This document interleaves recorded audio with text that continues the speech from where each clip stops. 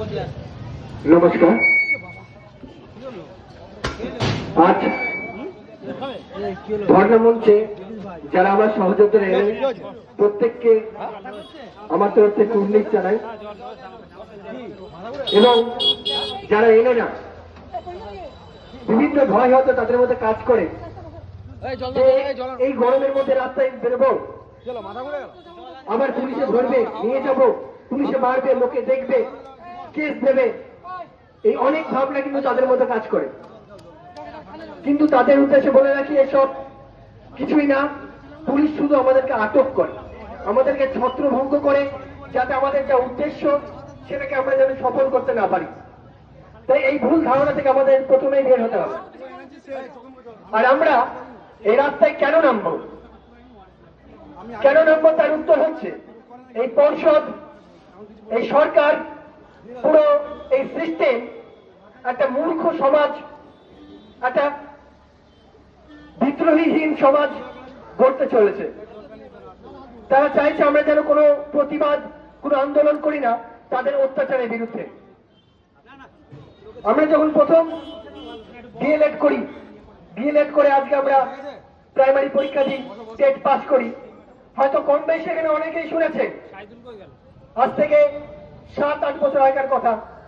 আমিও যখন ডিএলএড করেছি তার আগে শুনেছি, কিরে 5-6 লাখ টাকা রেডি আছে তো, আবার ডিএলএড করছিস, প্রাইমারি পড়ছিস, বাবাকে বল 5-6 লাখ টাকা রেডি রাখতে। কেন এরকম শুনতে হবে কেন আমাদের? পাশ থেকে একজন বলছে 12 লাখ, তারপরে আমাদের ওদিকে 5-6 লাখ চলছিল, আর আমাদের পাশের অঞ্চলে হয়তো 12 লাখ টাকা চলছিল। আর সেই 5-6 লাখ আর 12 লাখের খেলা কোথায় গিয়েছে সেটা দাঁড়িয়ে দেখেছেন সবাই। খুব লজ্জা লাগে বলতে, শিক্ষক হলো সমাজ গড়ার কারিগর, আর তারা এই রাস্তায় নেমেছে। এই সরকার, এই পর্ষদ প্রথমেই স্বাস্থ্য ব্যবস্থাকে ভাঙলো, স্বাস্থ্য ব্যবস্থার রাস্তায় নামলো, আজকে শিক্ষা ব্যবস্থার রাস্তায় নেমেছে। আর গতকাল রাতে তো দেখেছেনই শিক্ষকদের উপর কিরকম অবিচার করা হয়েছে, কিরকম ভাবে তাদেরকে মারা হয়েছে, রক্তাক্ত করা হয়েছে। আজ দেখে প্রচন্ড মায়া লাগে, প্রচন্ড রাগ হয়, ক্ষোভ হয়। আমরা কিছুই করতে পারি না? অবশ্যই করতে পারি, সব আমাদের হাতে। শুধু আমরা সাহস নিয়ে এগিয়ে আসি না, এটাই আমাদের ব্যর্থতা। আপনারা এগিয়ে আসুন, অত্যাচার হলে প্রতিবাদ করতে শিখুন, গলার জোরে তুলতে শিখুন। কেন চুপ করে বসে থাকবেন আপনারা? আপনাদের সে অধিকার আছে, প্রটেস্টের অধিকার আপনাদের আছে, আপনাদের অধিকার ছিনিয়ে নেওয়ার অধিকার আপনাদের আছে। আপনারা সকলে আন্দোলনে আসুন। এরপরে আমাদের হয়তো কালকে আমরা এসএসসি দেখেছি তারা কিরকম ভাবে বিকাশ ভবনে ঢুকলো। আমাদের 17 সালের পর 22 সালে টেট হয় 5 বছর পর, তারপরেও 3 বছর কেটে যায়।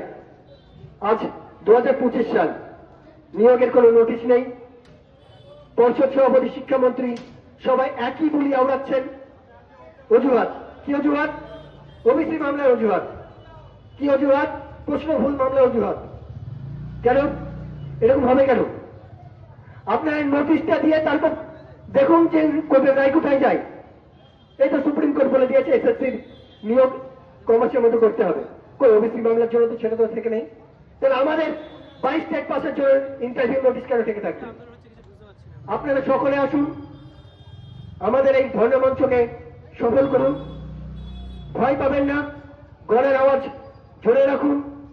আগামীতে যে আমাদের কর্মসূচি রয়েছে প্রত্যেকে আসুন, কারণ চুপ থেকে ঘরে বসে থাকা দিন শেষ, এবার পথে নেমে মশাল ধরার দিন শুরু। আগামীতেও যদি হয়তো আমরা নিয়োগ না পাই, কি বিকাশ ভবন, কি এপিসি ভবন, কি 14 তলা, কোনোটাই হয়তো আমরা দেখবো না। কারণ আমরা ছাত্র আন্দোলন সম্বন্ধে কম বেশি